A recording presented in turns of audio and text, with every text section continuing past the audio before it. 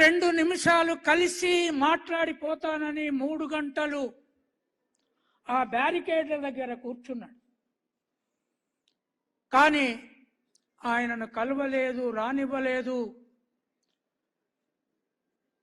మొట్టమొదటి 5 సంవత్సరాల్లోనే ఆకలికి వెళ్లాడుతున్న తెలంగాణ రాష్ట్రంలో ఒక పెద్ద భవనం కట్టుకొని ఆ భవనంలోకి రానివ్వలేదు ఆయన్ని. ఈ ప్రభుత్వం వచ్చిన రోజే ముఖ్యమంత్రి గారు, ఉప ముఖ్యమంత్రి గారు, మీ ముందే చెప్తున్నాను, మీరు ప్రమాణ స్వీకారం చేసిన రోజు నేను మొదటిసారి జీవితంలో గ్యాలరీలో కూర్చొని చూశాను. అప్పుడు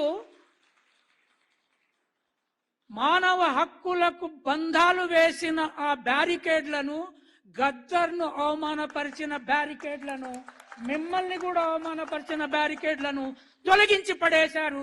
that is the first success and I'm very happy.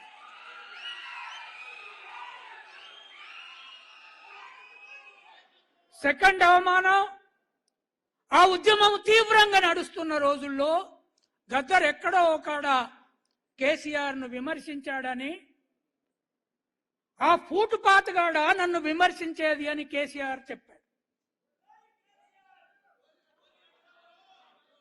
ఆ రోజు నేను కేసీఆర్ ఉద్యమంలో కానీ ప్రభుత్వంలో ఉండంగా కానీ ఆ కుటుంబం ముఖం కానీ ఆయన ముఖం కానీ చూసి ఎరగను, చూడనని నిర్ణయం తీసుకొని సత్యదనక చూడను అనుకున్నాను.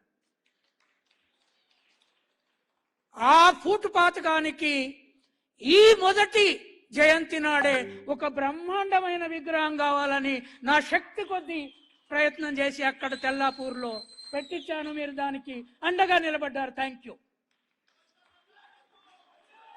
రెండవది, ఆ ఫూటుపాతగాడన్న వ్యక్తికి అంతకుముందు తెలంగాణ వీరులని, సిద్ధాంతకర్తలని వాళ్ళ జయంతులు జరిపితే ఇక్కడ ముఖ్యమంత్రి కూర్చున్న రోజు చూడలే నేను.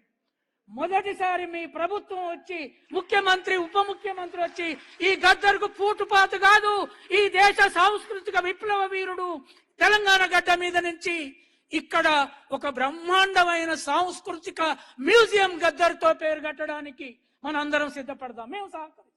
నేను ఇంకా బతుకుంటే మీ ప్రభుత్వం ఉన్నంతకాలం మీకు సహకరిస్తాను. డప్పు, డోలక్, చెప్పు, డాన్సు, ఇది తెలంగాణ సాంస్కృతిక పోరాట గడ్డ. దానికి గద్దర్ సింబల్. మీరు దానికి సిద్ధపడండి. నేను కనుక, మీరంతా యువకులు, ముఖ్యంగా ముఖ్యమంత్రి గారు, I'm very happy. At the age of 24, you became chief minister. At the age of 54, yeah, I would have liked if you were to be 24.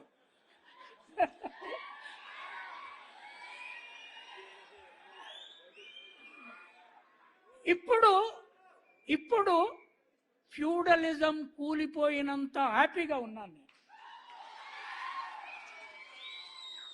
ఆయన ఆశయాలు చాలా ఉన్నాయి, వాటన్నిటి జోలికి నేను పోదలుచుకోలేదు.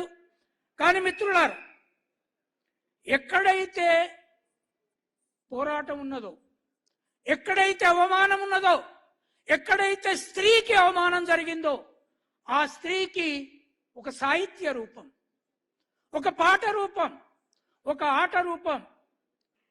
గద్దరు సినిమాలకు పోయి ఉంటే ఎన్టీ రామారావు కంటే అందమైన హీరో అయ్యేవాడు.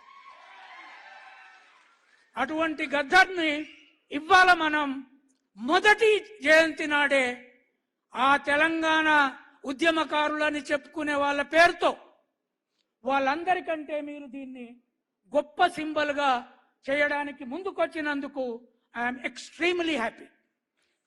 సో ఆఖరిగా ఒక్క మాట చెప్పి ముగిస్తాను.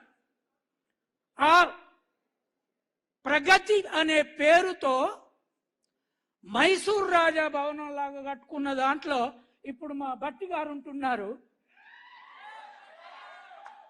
ముఖ్యమంత్రి గారు వాళ్ళ గవర్నమెంట్ వాళ్ళకి ఇచ్చింది. మొదటిసారి పోయి చూసిన దానికి మహాత్మా పూలే అని పేరు పెట్టి ఆ గర్వాన్ని దెబ్బకొట్టారు. తర్వాత 23వ తారీఖు నాడు ఈ ఫ్యాక్ట్ మీకు చెప్పాలి. సడన్ గా నాకు ఒక ఫోన్ వచ్చింది.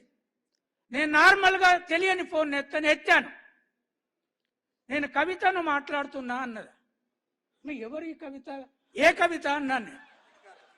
సార్ నేను కేసీఆర్ కూతుర్ని కవితను మాట్లాడుతున్నా అన్న. అంటే రాంగ్ నెంబర్కి చేసినవమ్మా అన్నాను. అంటే లేదు సార్, నేను మహాత్మా పూలే విగ్రహం అసెంబ్లీలో పెట్టడానికి స్పీకర్కి అప్లికేషన్ ఇచ్చిన 26వ తారీఖు నాడు మీటింగ్ పెడుతున్నాం, మీరు అక్కడికి రావాలి అన్నది. అంటే అమ్మా మహాత్మా పూలే నాకు చాలా దగ్గరవాడు, కానీ నువ్వు మాత్రం కాదు కదా అన్ననే. అంటే 10 ఏళ్ళు ప్రభుత్వంలో ఉండి మహాత్మా పూలే విగ్రహం అసెంబ్లీలో పెట్టలేదు. ఇక్కడ ప్రజాభవన్కి మహాత్మా పూలే పేరు రాగానే రేపో ఎల్లుండో అసెంబ్లీలో వస్తుందని ఇప్పుడే ఒక ఉద్యమం మొదలుపెట్టింది. అంటే కంచాయిలయ్య మెదడికే గాలం వేయాలని వాళ్ళ కుటుంబం ఆలోచిస్తున్నదంటే ప్రభుత్వం కొద్దిగా జాగ్రత్తగా ఉండండి, అందరికీ గాలం వేసే బాపత. మీ ఎమ్మెల్యేలకు ఎవరికేస్తావో తెలియదు. ఎందుకంటే కంచాయిలయ్య వాళ్ళ మీకు తెలుసు, రేవంత్ రెడ్డి గారు కూడా ఆర్టికల్ చదివినరు.